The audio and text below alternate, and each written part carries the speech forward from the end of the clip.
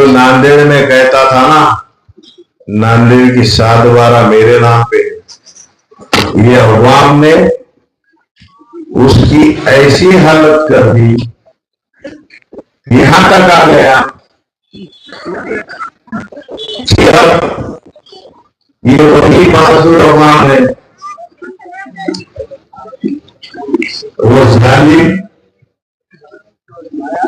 जो कहता था साथ मेरा मेरी है, उसको गली गली अगर किसी फिरने पे अगर किसी ने मजबूर कर दिया तो ये बहादुरों ने किया। अस्सलाम वालेकुम रहमतुल्लाहि व बरकातुहू। शहनशीन पे तशरीफ फरमा अभी जनाब मौलाना लतीफ कासमी साहब, मजलिस इत्तेहादुल मुस्लिमीन के शहर सदर जनाब मोहम्मद हुसैन साहब, महबाबूर से तशरीफ फरमा मजलिस इत्तेहादुल मुस्लिमीन के नगर सेवक जनाब मिर्जा शेख साहब,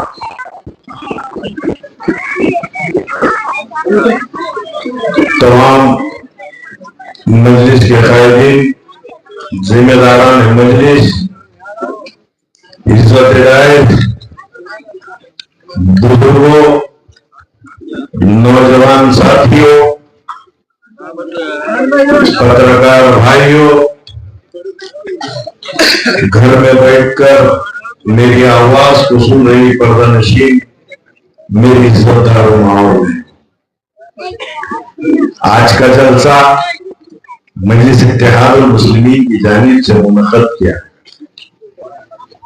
मजलिस इत्तेहादुल मुस्लिमीन के कायदीन, जिम्मेदारान आपके दरमियान में जलसे के जरिए मजलिस के उम्मीदवारों के हक में वोट करने की अपील कर रहे थे, गुजारिश कर रहे थे, तो इसलिए कर रहे हैं कि मजलिस इत्तेहादुल मुस्लिमीन आपकी मताए अजीज है, आपकी अपनी जमात है। अजीज साथियों, आप तमाम लोग जानते हैं कि मजलिस इत्तेहादुल मुस्लिमीन ने यहाँ पर नगर अध्यक्ष के उम्मीदवार मोहतरमा हमारी बहन हिना कौसर मोहम्मद अजीमुद्दीन उस बहनू भाई को उम्मीदवारी दी है, तो मजलिस इत्तेहादुल मुस्लिमीन ने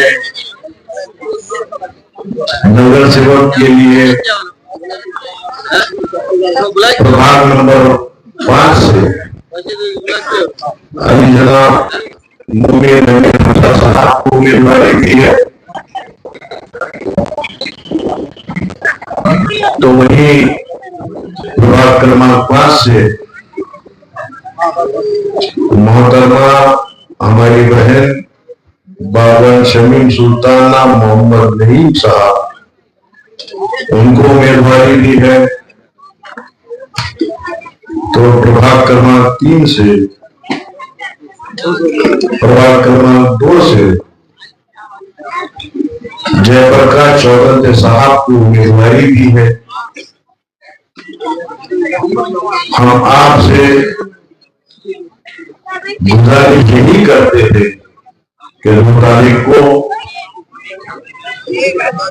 आप अपने कीमती वोट का इस्तेमाल मजलिस इत्तेहादुल मुस्लिमीन के हक में कीजिए। साथ ही मैं आप तमाम का शुक्रगुजार हूं कि आपने इतनी बड़ी तादाद में इस जलसे में शिरकत किए और मजलिस इत्तेहादुल मुस्लिमीन के हौसलों को बुलंद किए। अजीज साथियों, बुजुर्गों, नौजवान दोस्तों, साथियों, आप तमाम को मालूम है कि मजलिस इत्तेहादुल मुस्लिमीन इस इंतखाबात में, इस इलेक्शन में अकेले और बना इलेक्शन लड़ रही। बहुत सी सियासी पार्टियां हैं, वो भी इलेक्शन लड़ रहे हैं।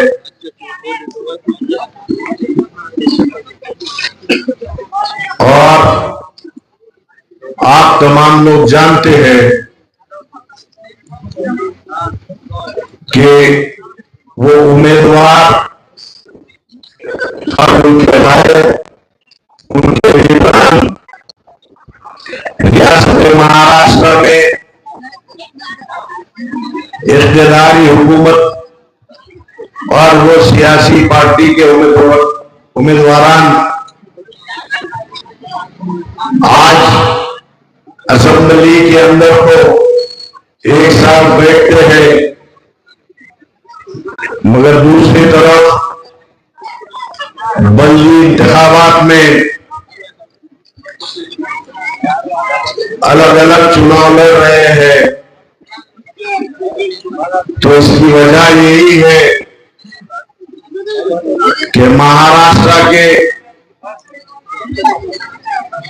2024 के पार्लियामेंट के इंतखाबात हुए थे। आप तमाम लोग गवाह है कि 2024 में जब पार्लियामेंट के इलेक्शन हुए थे तो महाराष्ट्र के दलितों ने, मुसलमानों ने, दलितों ने, पिछड़ों ने और सेक्युलर हमारे हिंदू भाइयों ने एक इनकलाब लाया। महाराष्ट्र के अंदर फिरका परस्त आरएसएस की जरिए करने वाली बीजेपी को हराने में सबसे अहम और बड़ा रोल अगर किसी का रहा तो अक़लियतों का रहा, मुसलमानों का रहा, दलितों का रहा, पिछड़ों का रहा और हमारे सेक्युलर हिंदू भाइयों का।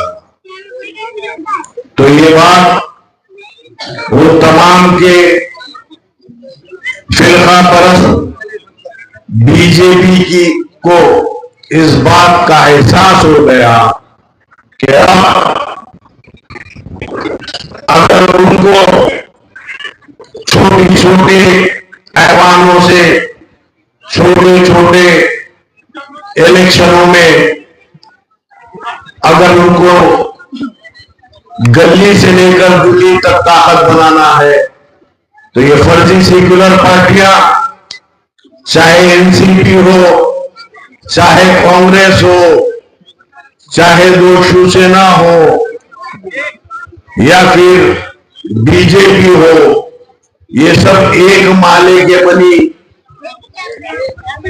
ये बैठकर ऐसी साजिशें, ऐसी प्लानिंग, ऐसी कोशिशें कर रहे हैं कि वो मुसलमानों के, दलितों के वोट तकसीम हो जाए और छोटी छोटी ऐवानों के अंदर एक फिरका परस्त, एक ताकत वाली सियासी पार्टी वहां है। अजीज साथियों, आप तमाम लोग काबिल सलाम है कि आपने यहां के मुठभेड़ के गैयूर अवाम ने, मुठभेड़ के बहादुरों ने कभी जातिवादी सियासी पार्टियों को पलटने नहीं दिया। मैं सलाम करता हूं आपको कि आप जिस तरह से ताकूत वाली सियासी पार्टियों को पनपने नहीं दिया, उसी तरह ताकूत भरे नेताओं को भी उसकी जगह आप लोगों ने दिखाया। मगर हालात इस बात की दस्तक दे रहे हैं, आप तमाम लोग जानते हैं देखो देखो कौन आया, कौन आया आपके दरमियान में। तुम आगे बढ़ो, तुम आगे बढ़ो, तुम आगे बढ़ो। तो बताना यही था। बहुत से उम्मीदवार इलेक्शन लड़ रहे हैं, तो उनके पीछे जो लोग ये चाहते हैं, वो नेता ये चाहते हैं कि मुसलमानों की ताकत नहीं बढ़ना चाहिए, अक़लियतों की ताकत नहीं मजबूत होना चाहिए, हमारे पिछड़े और दलित सब समाज की लीडरशिप बनना नहीं चाहिए। और इत्तेहाद मुस्लिमीन पे आए सवाल उठाने वालों, आज ये मुठभेड़ की रहियों और बहादुरों बात के जरिए मैं आपको ये पैगाम देने आया हूं कि आप इस इंतखाबात में भले अशोक चौहान की चमचागिरी करो या अशोक की गुलामी करो या वो राष्ट्रवादी की गुलामी करो, मगर मैं आप लोगों को ये अवाम की मौजूदगी में आपको पैगाम देना चाहता हूं कि बबलू भाई ये किसी का चमचा वमचा नहीं है और ना चमचागिरी करने की कोशिश करता, ईमानदार बहादुर है, मुझे फख्र है और मैं फिर से इस्तेमाल करता हूं। जो अपने आप को सेक्युलर कहते थे, आज वो बेनकाब हो गए हैं। आज फिरकापरस्त जातिवादी पार्टियों में चले गए, मगर मुझे फख्र है बबलू भाई पे, उनकी गुलामी को लात मार के आज इस इत्तेहाद मुस्लिमीन के दामन को आपने थामा है। मगर बताइए, इंतखाबात हो रहे हैं, डेवलपमेंट की बातें हो रही है, तो कौन कर रहा है? ये वही मजलिस इत्तेहाद मुस्लिमीन के कायदीन है, ये उम्मीदवार है, ये आपके दरमियान में आकर कह रहे हैं कि अच्छे तालीमी शोबे होना चाहिए, अच्छे अस्पताल होना चाहिए, अच्छे यहाँ पर खेल के मैदान होना चाहिए, अच्छी बस्तियों में अच्छे रास्ते होना चाहिए, अच्छे नालियां होना चाहिए, अच्छे लाइट होना चाहिए। मगर हालात तो ये हो गई कि जो लोग पिछले कई वर्षों से नांदेड़ में अशोक चौहान की गुलामी करते थे, मगर आपके दरमियान में आकर अगर इल्जाम कशी कर रहे हैं तो सिर्फ मजलिस इत्तेहाद मुस्लिमीन पे कर रहे हैं। वो लोग उनके आका अशोक के खिलाफ नहीं बोल सकते, इसलिए क्योंकि उसकी चमचागिरी में वो मुफ्तरा है। आज मजलिस इत्तेहाद मुस्लिमीन के कायदीन और जिम्मेदारान बेबाकी से मुसलमानों के दर्दों की बात को रखते हैं, हमारे दलित भाइयों की दर्द की बात को रखते हैं, तो ये इसलिए रखते हैं कि अल्लाह सुब्हानहू व तआला ने अगर किसी को जज्बा और दिल दिया तो मजलिस इत्तेहाद मुस्लिमीन के निगरान को दिया। मगर हालात तो ये है कि यहां आकर कह रहे हैं कि क्या विकास करेंगे, क्या मुठभेड़ की अवाम क्या नांदेड़ से बेखबर है? आप उनसे यह सवाल कीजिए कि पिछले कई बरसों से आपको नांदेड़ में आपको कामयाबी मिल रही थी, मगर आपने अपने वादों में क्या हाल करके रखा। आप तमाम लोग जानते हैं कि 2008 गुरुतागद्दी में डेवलपमेंट हुआ, पूरे शहर का डेवलपमेंट हुआ। कहां कहां हुआ? दत्त नगर में हुआ, विष्णु नगर में हुआ, आनंद नगर में हुआ, नगर में हुआ, गोविंद नगर में हुआ, नगर में हुआ, भाग्यनगर में हुआ, विजयनगर में हुआ, करोड़े के मुख्तलिफ इलाकों में हुआ। अगर वहां पर डेवलपमेंट और विकास कहीं में हुआ, न मस्तानपुरे में हुआ, न नई आबादी में हुआ, न हिलाल नगर में हुआ, न बिलाल नगर में हुआ, न खुसरो नगर में हुआ, न मिल्लत नगर में हुआ, न रहमत नगर में हुआ। यहां विकास डेवलपमेंट क्यों नहीं हो रहा है? क्योंकि वो कांग्रेस के जरखरीद गुलाम अशोक चव्हाण की गुलामी में मुब्तला थे और यहां आ गए। पहले ही कम था, पहले ही था, अब नांदेड़ से दूसरा कठालिया आ गया। उसके साथ उसका बेटा भी आ गया। मैं कल भी कहा था, वो 46 साल का छोटा पापा है। पापा इसलिए है, उम्र तो 46 की हो गई, धड़ से बड़ा हो गया, मगर गर्दन अभी तक नहीं बैठी। ये हालात है। उनके साथ साथ एक वो रीचा वाला एक फकीर वो भी आया, हमेशा वाइब्रेट, गर्दन जगह पे रुकती नहीं, मगर मजलिस को दफन करने की बात कर। अरे ये सैयद मोइन साहब की फराग दिली थी, टिकट दे के नगर सेवक बनाया था, आज आपके वोट तकसीम करने के लिए।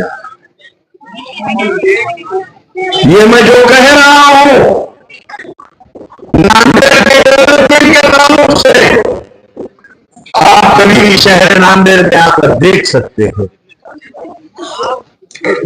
डेवलपमेंट के साथ साथ अब हमें हमको आने वाली नस्लों के मुस्तकबिल के बारे में सोचना। मैं क्यों कह रहा हूं, क्या वजह है? गुज़िश्ता कहीं 2024 के असेंबली से पहले या हाल ही में कैसे कैसे वाक़या आप फिरका परस्त आरएसएस बीजेपी और उनके वो दलाल बजरंग दल और उनके अलायंस की सियासी पार्टियां आज महाराष्ट्र के अंदर क्या कर रहे हैं? ये वही है जो उत्तर प्रदेश के अंदर आपने देखा, बरेली शरीफ पे हमला किया गया, वहां पर जुल्म किया जा रहा है। उत्तर प्रदेश के अंदर जुल्म हो रहा है तो कोई आवाजें नहीं बोलती, और जो जुल्म कर रहा है उत्तर प्रदेश में वो टकला, उसके खिलाफ मजलिस इत्तेहादुल मुस्लिमीन एहतजाज कर। मजलिस इत्तेहादुल मुस्लिमीन के कायद बैरिस्टर असदुद्दीन अवैसी साहब ऐवान पार्लियामेंट में बोलते हैं, तब ये कांग्रेस ये फर्जी सेक्युलर बोलते हैं कि हाँ सही कहा अवैसी साहब ने, मगर हमारी अपनी मजबूरी है, हम बोले तो उनका आका नाराज हो जाता। क्या मुसलमानों, आपने हरियाणा के क्या नूह में मस्जिद के ऊपर हमला किया गया, रैली निकाली गई थी, वो रैली के जरिए वो दहशतगर्दों ने हमारी इबादत गाह को निशाना बनाया था। तो उसी तर्ज पर दिल्ली के मुस्तफाबाद में हमारे बस्तियों को, हमारी इबादत गाहों को, हमारे नौजवान बच्चों को, हमारे मां बहनों को निशाना बनाया गया। महाराष्ट्र के कोल्हापुर डिस्ट्रिक्ट के विशालगढ़ में एक मस्जिद पे हमला किया गया, बुजुर्गों पे हमला किया गया, वहां पे हमारे खवातीन, हमारी बहनों पे हमला किया गया। मगर ये सब के सब सियासी पार्टी तमाशाई बनकर देखे, मगर किसी ने वो मजलूमों के लिए आवाज नहीं उठाई। क्या वजह थी? इसलिए मैं आपके दरमियान में कहने आया हूं कि हमारी अब रहनुमाई, हमारी तर्जुमानी कोई और नहीं करेगा, हमको लीडर बनना पड़ेगा। मजलिस इत्तेहादुल मुस्लिमीन आपको लीडर बनाने आई है, आपके दरमियान में क़यादत खड़े करने आई है। अगर आपकी क़यादत मजबूत होती, अगर आपकी आवाजें हमारे असेंबली में होती, तो किसी माँ के जने में दम नहीं होता कि विशालगढ़ में हमारे इबादत गाह को निशाना नहीं बना सकते। मगर हालात बदल रहे, इसकी वजह सिर्फ हम है, हम गुनहगार बना रहे, हमको गुनहगार ठहरा रहे हैं। अगर हमारी क़यादत है, अगर मजबूत होती, तो वो एक दीवाना है सांसद खासदार, वो कैसे कैसे का कभी बाला रखता, कभी बाला निकालता, वो गिरिराज, वो पाखंडी गिरिराज आए दिन जहर उगल रहा है। आप तमाम लोग जानते हैं, आप तमाम लोग देख रहे हैं, फिर भी ऐसे जालिमों के खिलाफ हमको आपको खड़ा होना पड़ेगा। अगर आप और हम ऐसे जालिमों के खिलाफ अपनी क़यादतों को अगर हम मजबूत करेंगे, तो याद रखो, ये नौजवान अरबाज ने भी कहा कि 2014 के बाद जो जालिम नरेंद्र मोदी इख्तियार पे आया, 2014 के बाद ऐवान पार्लियामेंट में कैसी कैसी बातें की गई। इस देश में रहना हो तो क्या बोलना पड़ेगा, कभी घर वापसी, कभी लो जिहाद। तस्वुर करो मेरे भाइयों कि कर्नाटक में एक कॉलेज में हमारी बहन पढ़ने जाती, आरएसएस के बजरंग दल के भेड़िए उसके हिजाब के पीछे पड़ते हैं, तो क्या महसूस कर रही होंगी, क्या खौफ था होना हमारी बहन के, क्या खौफ था होना हमारी बहन में। ये हम नहीं सोच रहे, इसलिए कि हम समझ रहे महफूज है। नहीं मेरे बुजुर्गों, नौजवान साथियों, अब हालात बदल रहे हैं, तो हमको भी बदलना पड़ेगा, अपनी क़यादतों को मजबूत करना पड़ेगा। अगर हमारी अपनी लीडरशिप होती, तो जो ये घर वापसी, ये जिहाद, वो जिहाद, अगर आपका अपना लीडर होता ऐवानों में, चाहे ऐवान बल्दिया हो या चाहे ऐवान असेंबली हो या चाहे ऐवान पार्लियामेंट, अगर आपका लीडर अगर मजबूत रहता, तो किसी मां के जने में हिम्मत नहीं होती कि ऐसे नारे लगाए, ऐसी बात। मगर हालात आपको हमको समझना पड़ेगा। क्योंकि अब हिस्सेदारी की बात होगी। अब हम भी चाहते हैं कि अमन अमान का माहौल रहे, मगर इल्जाम यह आता है कि हम आते हैं, हमारी क़ियादतें होती है, हमारी लीडरशिप होती है, तो अमन अमान नहीं होता। आपके सामने एक नहीं एक मिसाल है। अब मैंने सुना है कि जो अर्दापुर के अंदर जो अशोक के गुलाम है वो भी आपके दरमियान में आए हैं। तो अर्दापुर की अवाम ने एक नहीं बल्कि 3-3 कॉर्पोरेटर को कामयाब किया। क्या अर्दापुर के अंदर क्या माहौल खराब हो रहा है? पहले तो हालत ये थी कि हमारी बस्तियों को नजरअंदाज किया जाता था।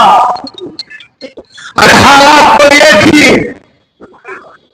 कि हमारे बस्तियों में पुलिस वालों को भेजा जाता था, तकालीफ दी जाती थी।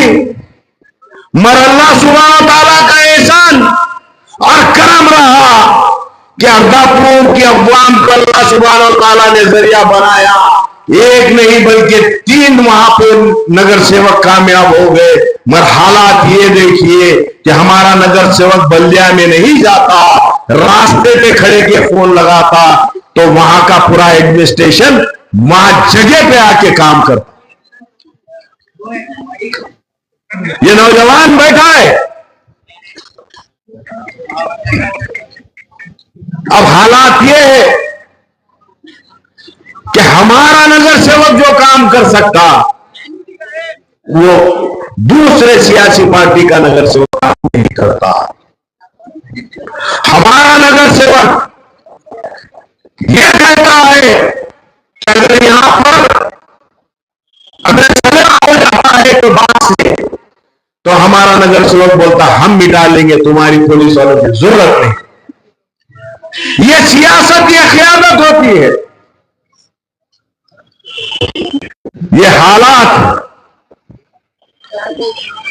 ये आज अर्दापुर के अंदर डेवलपमेंट हो रहा है, आप जाके देख सकते हैं। इख्तिदार में हम नहीं है, इख्तिदार में हम नहीं है, सत्ता हमारी नहीं है, मगर 17 में से हमारे 3 हैं। हमारे 3 ऐसे हैं जो 14 पे भारी है। ये बात आपको समझना पड़ेगी। मैं यही कह रहा हूं, ये मामला इसलिए और कुछ नहीं होगा तो अब आपके बीच में दरमियान में आ जाएंगे। जिस तरह से पैसों का माहौल चालू कर दिए, अब आपके दरमियान में आएंगे। अब उनके वो हक करने नहीं चल रहे, तो अब आपके बीच में बिरादरीवाद लाने की कोशिश की जा रही है। मेरी बात को याद ज़हनशीन कीजिए। अब क़ियादतें अगर मजबूत करना है तो मुत्तहिद और मुनज़्ज़म होना पड़ेगा। मेरी आपसे अदबन गुजारिश है, एक अल्लाह, एक नबी, एक कुरान को हम आप मानने वाले हैं। अब मसलकों को छोड़िए, फिरकों को छोड़िए, बिरादरियों को छोड़िए। मेरे भाइयों, आपसे यही गुजारिश करने आपके दरमियान में आया हूं। अगर आप मुत्तहिद हो जाएंगे, मुनज़्ज़म हो जाएंगे, यहां की बल्दिया में मजलिस इत्तेहाद मुस्लिमीन का अध्यक्ष रहेगा, यहां पर 3 हमारे कॉर्पोरेटर रहेंगे, तो मैं आपसे वादा कर रहा हूं, यहां अमन अमान का माहौल कायम रहेगा। क्योंकि ये लोग नहीं, दूसरी दीगर सियासी जमात के लोग ये नहीं चाहते।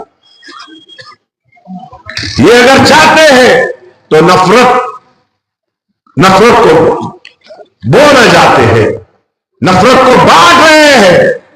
मगर आज वक्त का तकाजा है, मेरी बात को गौर करो। अल्लाह गवाह है, हमारा मकसद किसी के खिलाफ बोलना नहीं है, मगर तकलीफ ये है कि कोई आता है हमारे खिलाफ जहर उगल के चल जाता है, वो हमको बर्दाश्त नहीं होता।